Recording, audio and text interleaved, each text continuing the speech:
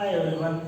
In our last classes, we have discussed about the geographical topics regarding the subject social science. Today we shall move on to very important topic, an historical topic which every Indian should know. See, the headline itself, the title itself indicates that Indian freedom struggle, the first war of Indian independence. I hope you all came to know what I am going to talk today or what I am going to say today. If you are thinking about Independence Day or independent movement, freedom struggle, you are absolutely right. In this topic, we shall move on to study about the freedom struggle. I think you are very familiar with our great leaders Mahatma Gandhi ji, Subhash Chandra Bose, Jawaharlal Nehru, Bal Gangadhar, Mahatma Gandhi ji, Subhash Chandra Bose, Bhagat Singh, Chandrasekhar Azad, and many other freedom fighters struggled and they sacrificed their life to our country. I mean, they have sacrificed their life to give us independence. So today we shall, in this topic, we shall discuss about the freedom struggle. I think you are very familiar with all these things because from your pre-primaries you are going to learn about Mahatma Gandhi ji and some other important freedom fighters. I think you heard before independence, I mean before 1947, August 15th, British ruled our country. How British ruled our country, from where the British came to our country, before British rule, what was the rule of our country? So these are the key points which are mentioned in this important lesson. As you know, before 1947, August 15, around 300 years, East India Company by British government ruled us by the name of East India Company. Not only East India Company, French, Dutch, Portuguese, and some other foreign rulers ruled our country. These are the very important historical steps or historical events which are to take place before our independence. How they came to India? Because I think you heard about the Mughals and Sri Krishna Deva Raya, Vijayanagara dynasty, and many other Indian dynasties. The Indian dynasties, the Indian kings, and many emperors of India were ruling our country. After that, at some important incident and some important steps, the foreign rulers came to our India. They entered our India in the form of traders, and next they converted themselves into the rulers of India. In this topic, I mean in our third topic regarding the social science, Indian freedom struggle or the first war of Indian independence, we are going to learn about the entry of British or entry of Portugal, Dutch, French, and many other foreign rulers or foreign companies which ruled our India around 300 years. I think you all know that many Indian rulers, Aurangzeb, Akbar, Babar, and some Mughal rulers, and in our Karnataka also Sri Krishna Deva Raya and Mysore Vadayas, Gangas, Kadambas, and many other rulers, many emperors were ruled our country from decades and thousands of years ago. They are going to rule our country. But at certain time, the foreign rulers, the foreign traders enter the India to improve their trade. You just keep in your mind, India is a wealthy country. Before our independence, before entry of these foreign rulers, India was very wealthy country. Why they came to India? Because there are many nations. There are many nations in our earth. In our planet, in this world, there are many nations. But why they choose India? What is the importance of India? Why they came to only India? These are the important points which we should learn before going to our textbook, because in your textbook they have mentioned some important points. But before going to our textbook, I wish to give you some information, because what is there behind the history. Because you should know something. In our textbook they have mentioned some important events, entry of British to our country, entry of Dutch to our country, entry of French to our country, about East Indian Company, and some points regarding the Mughal rulers also. But behind that there is some untold stories which you should learn, which you should know. What they are is, see, for every moment India is a very rich country. Indian spices, Indian armaments, and many other things, even Indian cotton also, having a very wide market in the European countries. European countries are dependent on the India for their trade and communication, because Indian spices are very rare, very well quality spices are present in India. They need them. Before that, the Portuguese, Europeans, and many other foreign countries had made a land route itself. Before invention of sea route, there is a land route for India, but for some certain reasons, for their internal clashes, the land route has closed. Because of the land route has closed, so they started inventing of a sea route to India.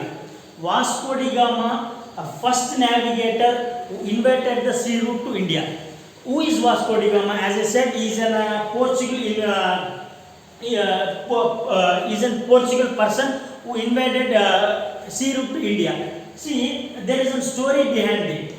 Vasco da Gama before Vasco da Gama, a ruler started a school called as a School of Navigation, and he guided some persons to found the sea route to India. But many persons failed to found the sea route to India. But at last, Vasco da Gama found the sea route to our country. He is the first person who stepped down on the Indian land.